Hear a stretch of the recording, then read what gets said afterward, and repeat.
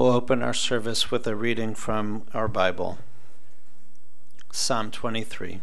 Mizmor LeDavid, Adonai ro'i lo echsar binodesh hayarbitzeni, al mei menochot yenahaleni, nafshi yeshovev, yancheni b'maglei tzedek lema'an shemo, gam ki elech begeit salmavet lo irara ki ata imadi, shiftecha umishantecha hema yanachamuni, Tarok lefanai shochan neged sarurai dishanta vashem enoshi kosir vaya.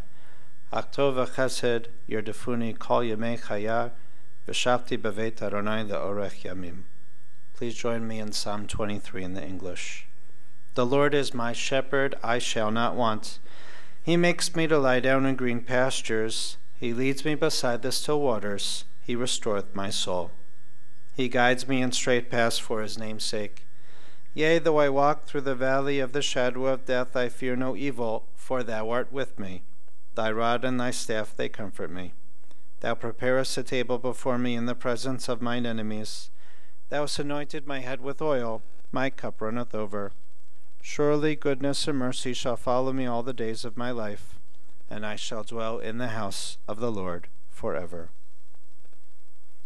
Our Bible teaches, L'kol zaman v'et,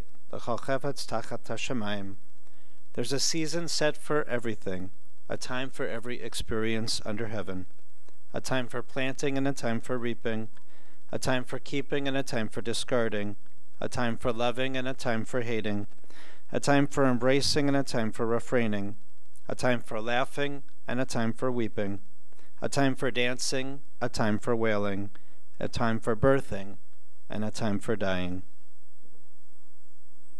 We gather here this morning to remember with great love on a very difficult day our beloved Sanford Sandy Lyndon, a loving son, a loving brother, a loving husband, a loving partner, a loving father, grandfather, a loving salesman, and a loving friend. Every single year we read the Torah, and we rejoice at its end, even though the final section details the death of our leader, Moses. Upon its completion, we joyously return to the beginning and start reading from the opening chapters. Judaism teaches that our lives are like a book. Our actions and words are recorded. This past week, Sandy's book was completed. Unexpected, very sudden. As Mindy told me, you were the sick one, the one who was supposed to go first, and he was the strong one. But Sandy has been taken from us too soon. The rabbis imagine Moses crying while writing the finer chapters of the Torah, telling of his own death. And so it is for us today. Though Sandy's book is sealed with our tears, we must rejoice, for we have the opportunity to share his book from the beginning, all the wonderful memories that we have of him. Sandy's life story is filled with blessings and love. Children, grandchildren, a beautiful family. He was a good man, a kind man, generous and energetic, a lovable teddy bear. Sandy has departed from this world at the age of 69, leaving many in mourning. His beloved partner and best friend, Mindy. His 4 adoring children and their spouses who were like his own, Adam and Tracy, Zachary, Aaron, Jake, and Cheryl. And the diamonds in his crown, his grandchildren, Isaiah, Peyton, Ryan, Kendall, Breck, Andy, Elijah, and Hayden, and his sister Jeannie and Harley. At this point, we have some very special tributes by Sandy's own children. We say from A to Z, Adam and Zachary.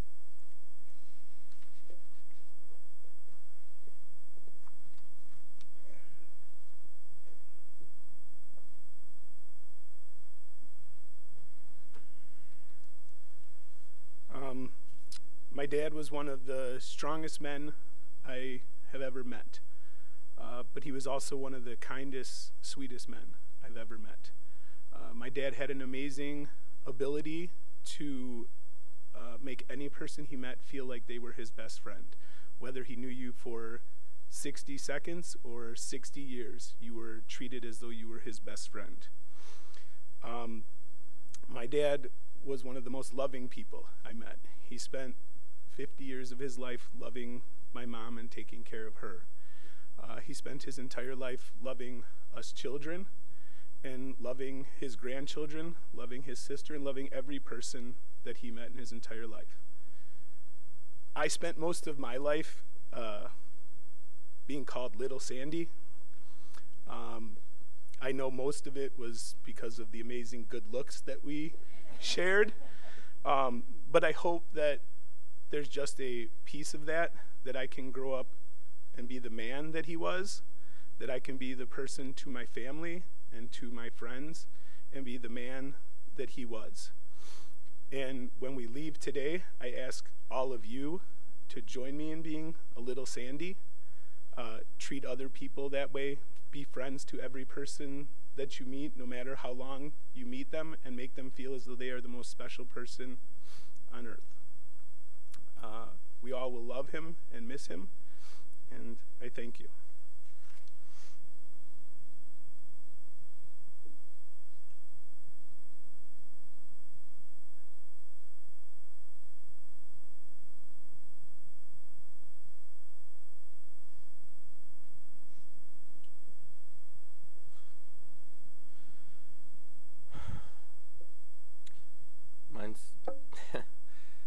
I didn't write it down, so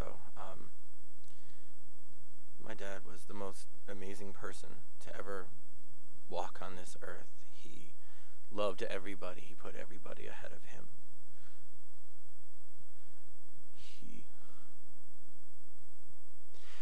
I'll just have to say that everybody on this planet is better for knowing him and for having him as a part of their lives. That's really it. Thank you.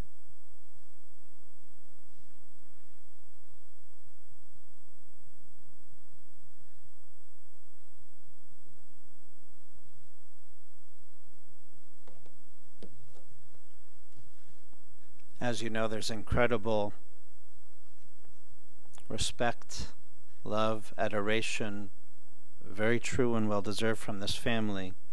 When we sat together last night, there was also a lot of laughter, so much love and memories that Sandy has left for all of us. Strong and proud, Sandy's cup wasn't half full, certainly not half empty. It was always overflowing. Selfless, he did for others, put you first, so thoughtful and caring. He was big and broad, but with such a huge heart inside. He lived life with passion. He was outgoing. Everyone loved him. As soon as you met him, you became a best friend. A social butterfly that had friends all over the world. He was loud. Boy, could his voice carry. He wasn't handy, even though he was jokingly called Handy Sandy. He loved his sports, a devoted Browns fan. He would fly in to go to games with his sister. He adopted the Arizona Cardinals as his other team, a member of the Big Red Rage, season ticket holders. Just yesterday at the game, his seats were left empty with roses adorning them in his memory. A big Cardinals fan who owned the center table at the best sports bar in Phoenix, Marley's. He still bled brown and orange. He loved golf. There was nothing better than a foursome with his boys. A devoted partner, life partner to you, Mindy, always worrying and caring about you with your health challenges, always there to do everything for you. Sandy was a mensch, kind and loving, generous to a fault. Born here in Cleveland to parents Morris and Helen Limovitz, the eldest Sandy was followed only 11 months later by his little sister, Jeannie, living first on Superior in Cleveland and then moving to Cleveland Heights. Jeannie said he was the golden child. He walked on water. Graduating from Heights High in the last midterm class, the January of 1967, growing up at Charney and Bethany, his home was the gathering place. All his friends practically lived in the house, always there, and Mom Helen fed everyone. So where did Sandy meet the love of his life? At the bowling alley, and I won't spare any detail. Mindy's mother, known as Grandma June, had met Sandy as he was the youngest in Mindy's dad's bowling league. June told Sandy, "Boy, have I got a girl for you." Soon Mindy was hanging out with the guys bowling, joining them when they went to Corky's after bowling. Sandy and Mindy started talking, and soon Mindy had bet Sandy, "If you bowl over 200, I'll buy you a cup of coffee." Then Sandy upped the bet. "I'll make it worth your while. If I bowl 200, I'll take you out to dinner." And so it went, going out that first night for dinner, then the next, and the next, and the next. So spending every day together, getting engaged in less than 3 months, married in less than 10 months. Sister Jeannie had been in Israel for the year, awaiting Sandy's scheduled visit to Israel. But he never came because he met that girl. He found his match, his partner. So when Jeannie finally returned home from her year, waiting for her at the airport were her parents, her brother, and Mindy, showing off her new engagement ring to her sister-in-law-to-be. Sandy was very fond of Mindy's mom, and it happened that she was hospitalized, so Sandy came to visit her with a huge bouquet of roses. And Grandma June asked him, "So when are you going to get married to my daughter?" And she placed 2 dates in front of him. "Is it going to be November 5th or November 21st? Well, Sandy responded, "Well, I can't do the 5th because a co-worker's getting married that weekend." Grandma June responded, "Well, the wedding is November 21st. And so it was. Mindy and Sandy were married at Temple Emmanuel on November 21st, 1970, with Rabbis Green and Rube officiating. Together for more than 47 years, bowling together, traveling together, running the Youth Baseball League together in Chicago, building this beautiful family together. Sandy would travel all week long, but be sure to be home Friday early evening to catch any games or performances of the kids. And on the weekends, you raised the kids in the bowling alley and on the baseball diamond. Sunday morning always began at Stryker's Lane, then getting bagels at the bagel stop. Family time was always the most important for Sandy, and he loved family game night. Sandy's work took him, Mindy, and the growing family across the country. Sandy's work as a salesman, an excellent salesman, top class. He could sell an ice cube to an Eskimo. In a sales call, you quickly became Sandy's best friend and ending up ordering so much more than you planned. But he cared about you. He took care of you. Customers became friends. You could trust him. He knew how to deal with other salesmen.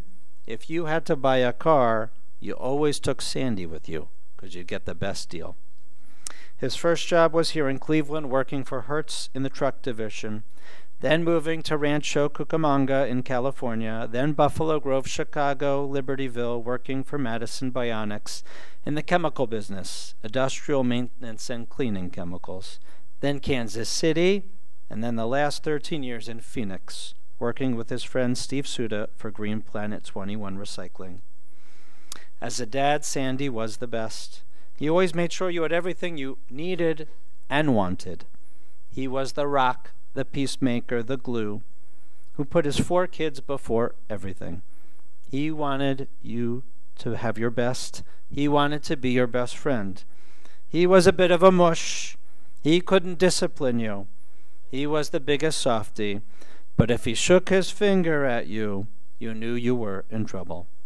But he'd defend you to the end, whether you deserved to be defended or not. He was such a proud dad, proud of each of you, always beaming from ear to ear when he shared your accomplishments. Kvelling, sports, school, theater, diving, he was always there, often your coach, always so proud. Sandy was the best papa and grandpa. He knew how to make you feel like you were the most special person in the world. He was your personal jungle gym. He'd let you climb all over him. He loved doing for you. When you came to visit Arizona, he made sure your first stop was Toys R Us, and he let you pick out anything you wanted in the store. It's pretty special. He had a special relationship with each of his grandchildren. He'd fly out to see you. Kendall loved playing hide and seek with him. On the day of Hayden's bris, he played with Andy for 3 straight hours, anything she wanted. He'd come out to Denver for every birthday party for Isaiah, and Isaiah told me that Grandpa Sandy was his best friend. You could call to talk to him about anything. He'd have all the time in the world to listen to you. Ryan loved how Grandpa drove hours away to get a Chicago Cubs World Series program just for her. And when the grandkids had their second grade Flat Stanley projects, they'd send him a Flat Stanley, and they'd ask Grandpa to go all over Phoenix and take pictures with Flat Stanley so that they can then present it to their class. So Grandpa Sandy jumped right into the project, taking Flat Stanley and a photographer with him all across town, finding the funniest and greatest locations to photograph himself, whether it was talking his way into the Chicago Cubs training room, going on forklifts, golf courses, you name it. He did it all because he loved each and every one of you so much. Now, I do have to confess, Sandy was a horrible driver. Mindy would hold on with both hands as he drove. Jeannie remembers the first day that her brother got his license. He took her out for a drive with him, and he got a ticket on that first drive. He loved his dogs. He was the family historian. He remembered all the dates, the birthdays, the anniversaries. He'd send you text messages to remind you about whose birthday was coming up. He'd even remind Cheryl when her own daughter Kendall's birthday was, as if she didn't know. Sandy loved games, poker, and pinochle, going out to dinner with friends. Rich in friends and love, Sandy took care of everyone. He never gave up. If you fell down, he was the one that picked you up. He remained so close to his Heights High friends. He'd just come home this summer for his 50th reunion, reconnecting, spending time with all of you. This has been a difficult year for his class, his high school friend circle, already losing 3 friends this year, and now Sandy, the last of the 4 musketeers, has left us. You should all surely know how much Sandy loved each of you, and I'm certain that he knew how much you loved him. Today we can surely say that he is no longer suffering. He's at peace. In our tradition, we believe that the soul is eternal. Even after our body dies, we live on, for our soul lives on. And so we pray that this treasury of wonderful memories of Sandy remain a strong and lasting influence for this family and all of his friends. Yehi zichrono baruch. May his name and memory always bring us blessings. And we say, Amen. Please rise now for the memorial prayer.